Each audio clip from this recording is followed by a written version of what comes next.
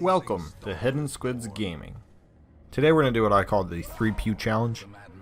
I haven't tried it before, but all we're going to try to do is get through all 3 individual pews the Gibbering prophet hides behind. There's no achievement for it or anything, it's just personally something I wanted to do because I think the prophet is definitely one of the easier bosses in the game. And with the leper and doing intimidation, we're going to reduce a lot of the damage coming out from those prognostications.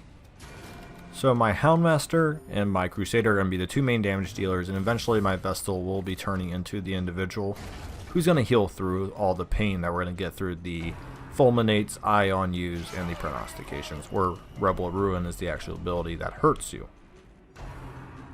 As I said before, I'm doing this because I got kind of bored. I didn't want to kill the Prophet in another marking strategy or heavy back row hitting strategy. I thought I would do something slightly different and also get some money while doing it. I'm not going to talk the whole video. The whole video is kind of long because the Prophet has so much health and so do all the pews. All the pews combined have over 200 HP, and since they count as carpentry, there's really no bonuses I could get from any of my characters, and my Leper is probably my strongest hitting character. Therefore, since he's left to do the intimidations, I can't actually have him chop through the pews. If I miss a turn or 2 of intimidations, the amount of Rebel Ruin will do to me will be too much, so he has to keep doing that, and he'll slowly chip down the Gibbering prophet as we continue. But it's probably not going to be really enough for when we get to the end to be like a massive deal.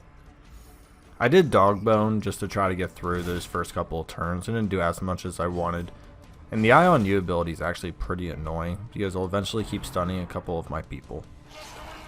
If you're looking for a legit way to beat the Gibbering prophet, and this is technically the legit way, it's just I go that extra step by killing the other pew. After I kill this second pew here, I could actually probably just smash into him with the remaining people I have. However, as I'm going to say, I'm going to take that one extra step.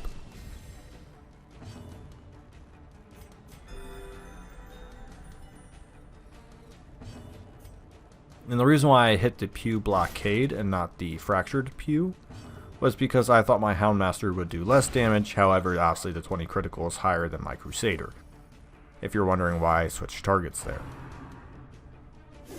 Fulminate is typically the ability that kills you, because once Rebel Ruin drops, it usually does enough damage and then the tick out from Blight kills you.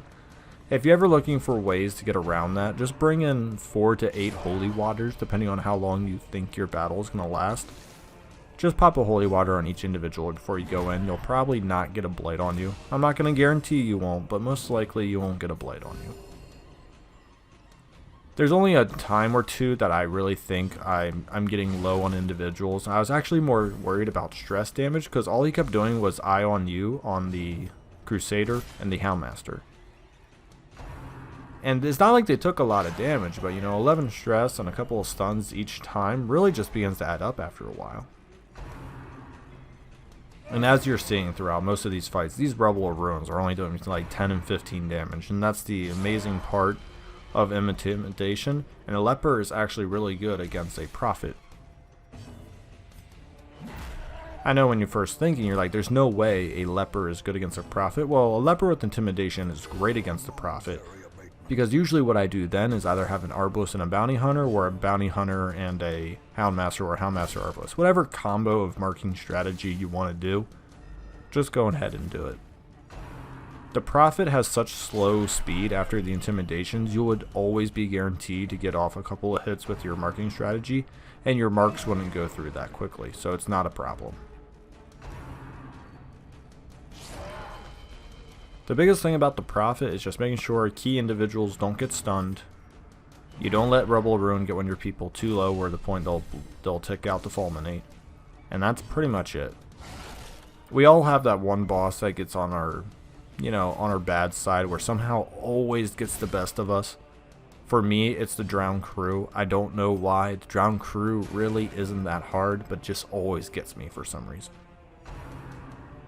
Watch this video definitely if you want to have a new way to kill the Prophet. I've usually taken in like a Hellion, a Bounty Hunter, and an Arbalest, and you can burst through the Prophet in about 2.5, 3 turns. And that's not enough time for your Vestal not to get outpaced on the heals. Your Vestal can usually keep up for about 3 to 4 turns if you don't reduce the damage like I'm doing. I am going to Zealous Accusation just to get through that. Of course, I get the critical on the Fractured Pew, or not the Fractured Pew, but the Blockade, and not the Prophet himself, but it's okay. At this point, it's going to be pretty easy pickings. I'm almost through all the Champion 3 level bosses, so for the level 3 bosses, I was trying to do things slightly different than I normally do. Obviously, with the Swine God, I did the Flare build where you reduce the marks. That was really good. This, I've done damage reduction before, but then I just killed him. I actually didn't kill all the pews for the veteran level, so for the champion, I thought it'd be really fun to just get through all the pews. I've actually never done it before, and it's also a decent amount of gold. I believe I said at the beginning of this video, each pew is worth 2,500 gold, so I'm going to walk out with 7,500 gold after this, which isn't bad.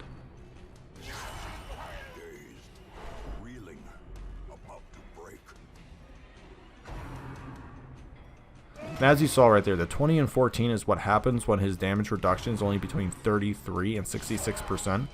So not keeping him at 99% or around 66% is a huge deal. But once again, I'm really not too worried. I'm pretty much at the end of the dungeon. He's about 3 to 4 hits away. You're looking at my turn tracker. It is at 10. This has been a rather long fight, but when you have to get through about a total of 450 health, I believe, it's just going to take a while, and especially since the pews count as carpentry. Now, the Prophet does count on Unholy, which means my Crusader can do more damage, but he didn't really pull through with any massive hits, which really surprised me and also disappointed me.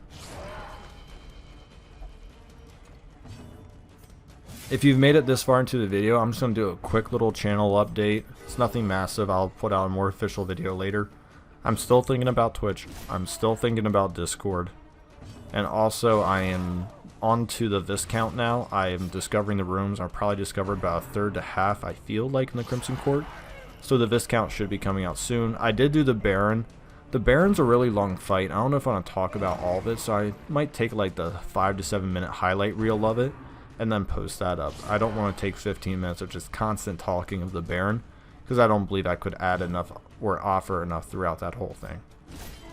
So here we are. We're going to kill off the Prophet, get our 7,500 gold.